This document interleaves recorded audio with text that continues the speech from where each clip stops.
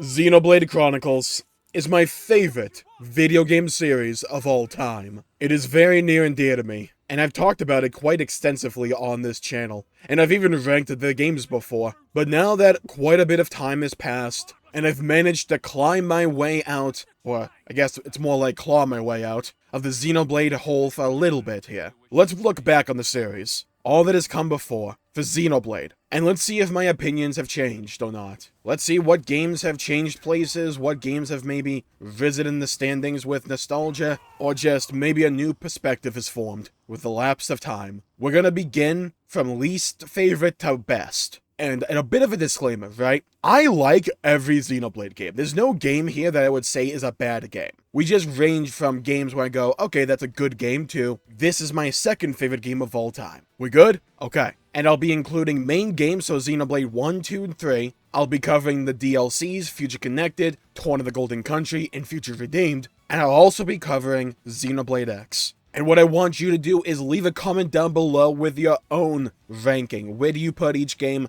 Let me know. I'd love to hear your thoughts and hear your tier lists and your rankings. So let's begin. We're starting from the bottom. And this one may not surprise some of you, but it's Future Connected. Now, I like Future Connected. That's something to bear in mind. I think it does a good job of wrapping up Melia's storyline from Xenoblade 1. When I beat Xenoblade 1 for the first time, one of the main feelings that I had was I wish there was more for Melia.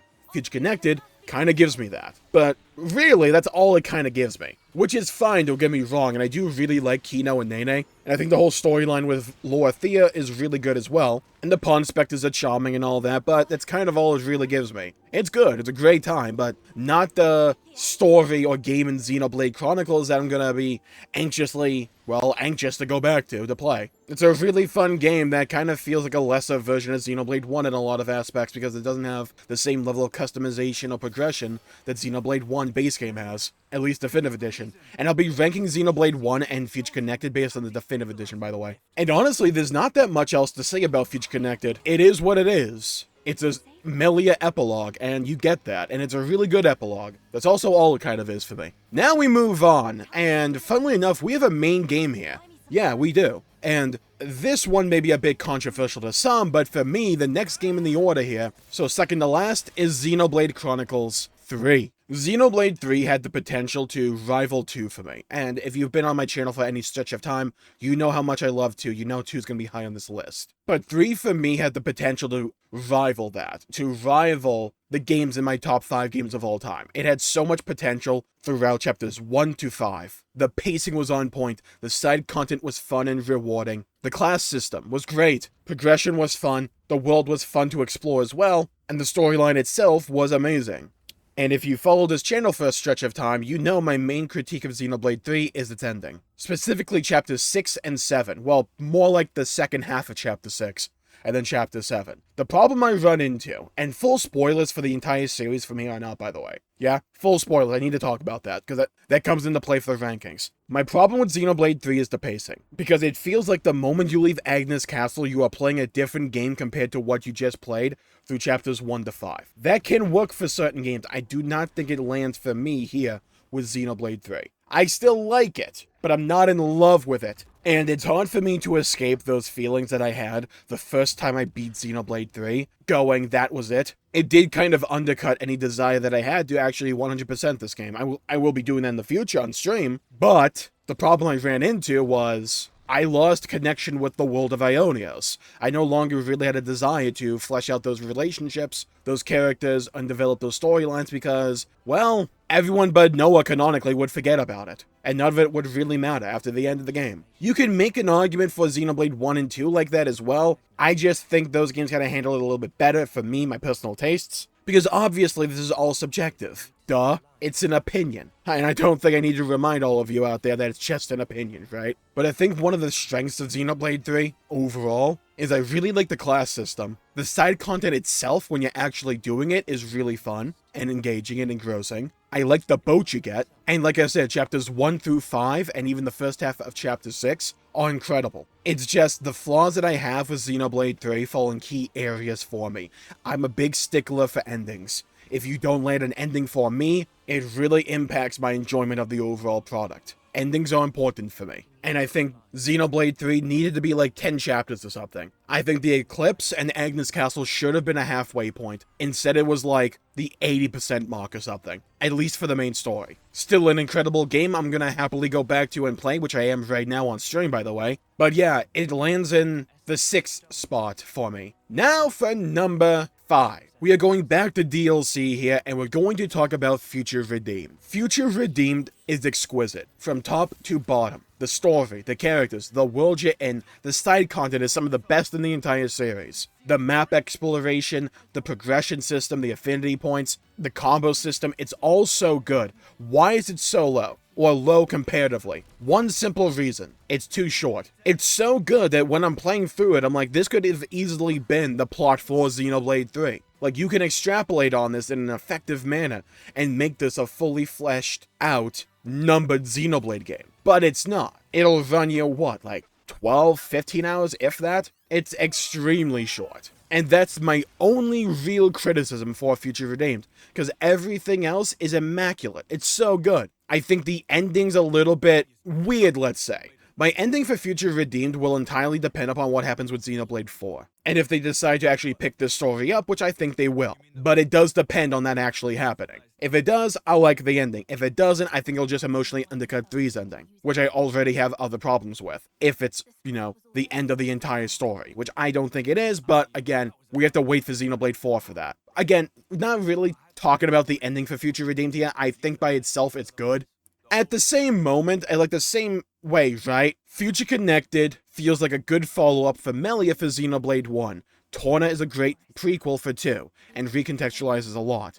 I don't really get the purpose for Future Redeemed, and I'm not someone to say that every storyline needs to have an inherent purpose to be good. It doesn't. It does just kind of feel like an excuse for us to catch up with Shulk and Vex again. I'm kind of fine with that. It's a fun time regardless, but again, something that probably could have been fleshed out for a storyline for a longer game. Now we are in the top 4, and we have a numbered game coming in for number 4. Xenoblade Chronicles 1, Definitive Edition. Why is Xenoblade 1 here? Well, it has one massive glaring issue for me, the side content. It's very grindy, repetitive, and in lots of ways filler. At moments it has its shining moments. The Red Pollen Orb questline with the Nopon, or just existing as a chill piece of content that you can do while you just relax and watch YouTube or streams or whatever. Totally at youtube.com/Jmulls, right? Jmulls Gaming. Totally, right? Like, that's what you do, right? Jokes aside, Xenoblade 1. It's always been hard for me to pinpoint my exact feelings for Xenoblade 1. Because I think the story got compromised for me a little bit because I played it right after Persona 5 Royal and Final Fantasy XIV Endwalker, which both kind of deal with subjects akin to what Xenoblade 1 deals with. So when I beat Xenoblade 1, I'm like, okay, so we're beating Destiny again and choosing our own fate, gotcha. So yeah, of the numbered games, Xenoblade 1 has my least favorite side content. However, it has my favorite progression, well, not progression, but customization, and appearance system in the entire franchise. It's so good. The problem I run into when it comes to getting emotionally invested in Xenoblade 1 as much as I do the later games in this list is the way Xenoblade 1 tackles cinematography. I think far too often the game relies on using static animations of the characters just like huddled around a circle or talking to each other, and I think the voice acting takes a noticeable decline in those moments. Because when Xenoblade 1 is on its game and it's incredible. Zanza, Dixon, the Mechonis, Prison Island, it's all really good. But it's the scenes in the middle, where because of the cinematography and the way they scene those shots, I just kind of get a little bit disinterested, if that makes sense. Okay, let's talk about Shulk. Shulk is a great character. I really do like Shulk. However, there's always been something in the back of my mind where I'm like, yes, I can look at what happened to him, I can look at his characterization, I can say that's a really good character. What's putting me off here? And it was always something I could never really put my finger on, so I never really talked about it. I think I got it though. People call him a generic RPG protagonist, and sure, you can call him that for like some of Chapter 1. I like the revenge arc. I like the revenge motivation for Shulk. I think my main issue is that it feels extremely on and off again, where there'll be scenes where he's absolutely pissed off, right? And he's ready to absolutely wreck some house. And those scenes are great. The voice acting for Shulk, immaculate, chef's kiss. And then every scene outside of that, he kind of acts like he's calm, cool, and collected, not like someone who's being consumed by vengeance, which is what the story is trying to portray. And I'm fine with him not being completely pissed off and dark and moody the entire game. I'm fine with that. My problem is, I don't think he's pissed off enough. I think if they had a few more scenes throughout where he's simply pissed off, I'd like that. I also think he's a little bit too hesitant with telling people about Monado visions, like, yeah. He's learning to slowly trust the party. I can't help it, I always find that shit annoying. I cannot help it. When characters willingly withhold valuable information from the rest of the party for no other reason than they doubt themselves, it always annoys me without fail. And Shulk does that throughout quite a few parts of the game. And when Fiora comes back, I'm fine with her coming back. And I'm fine with the reason that Shulk no longer seeks revenge is because Fiora is back. I wish they played that up a little bit more, though, and had that be a bit of a sticking point for when he was talking to Egil and trying to convince him, because the only reason Shulk didn't end up like Egil was because Fiora came back. That's the only reason. Again, I'm fine with that being the reason, I just think they were a little bit too off and on again for Shulk's anger and revenge storyline. If they played it up a little bit more, I think I would like Xenoblade 1 far more, and the reason I'm dwelling on Shulk so much is because in Xenoblade 1, most of the story for the overall branching narrative, it kind of boils down to one of three characters: Shulk, Fiora, or Melia. Shulk especially. And when it comes to the ending of Xenoblade 1, I wish there was a little bit more for Melia, because the moment you get to Mechonis, it kind of feels like, okay, we're gonna have a little subplot for Melia for like 5 minutes, and then we'll cut back to Shulk and Fiora. And then, after a few hours, we'll talk about Melia for a few more minutes. Then back to Shulk and Fiora. I wish they found a way to interweave that a little bit better, and I wish Melia had something after seeing her brother and that one high-end tier lady, like DBZ fused together. I wish there was another bit with Melia after that wasn't just a quest they added to Xenoblade 1 to tie it into Future Connected. I wish there was just a little bit something. And funnily enough, that little bit something is Future Connected for me, so if I have to rank this individually, that will be a critique for Xenoblade 1, but in the series as a whole, we have Future Connected, so like that point by itself wouldn't really move the goalpost here at all for Xenoblade 1 for me. My main critiques of Xenoblade 1 are those Shulk things that I was talking about, and the side content. The side content being a big one. Also, I think the moment-to-moment actual gameplay is a little bit lacking compared to the other games on this list for me. I like the customization a lot, the actual gameplay loop is pretty fun for me, but not really fun like the others. Though I do think Xenoblade 1 kind of tackles boss fights a little bit better than Xenoblade 3, but this will be one of my main issues for all the Xenoblade titles before the next title that we talk about. So Xenoblade 1, Future Redeemed, Xenoblade 3, and Future Connected, they all have this one glaring flaw for me, and that is boss design. I gotta be honest with you, I don't remember a boss mechanic from any of these games. I don't. The closest is Xenoblade 1 with Egil or Yaldabaoth, where you had to go fight the generator, and you had to fight it within the time before the Mechonis could beat the Bionis. That was easily the best fight in Xenoblade 1 in my opinion. I don't remember any other mechanic. The Zanza fight looked incredible. I couldn't tell you what happened there, mechanically speaking. Same thing with Z from Xenoblade 3. I think Future Redeemed, at least in hard mode, had a few good spots to it for the boss design, where I actually had to pay attention to positioning, but that's kind of it. But now we move on to Torn in the Golden Country, and Jmulls, why the hell is Torn in the Golden Country here? Well, this is a list of my favorites. And Torn in the Golden Country has a lot of systemic flaws. The affinity system, and locking the main story off before doing level 4 community, is a big issue. It is. However, God do I love these characters. I really freaking do. The dynamic between Laura and Jin is one of my favorites in the entire franchise, if not all of gaming. Jin is my second favorite character in all of Xenoblade. Adam's fun. The comedy with Mithra throughout is great and fun and just great comedic relief for these events. Torna itself is a great location. I love the world of Allrest.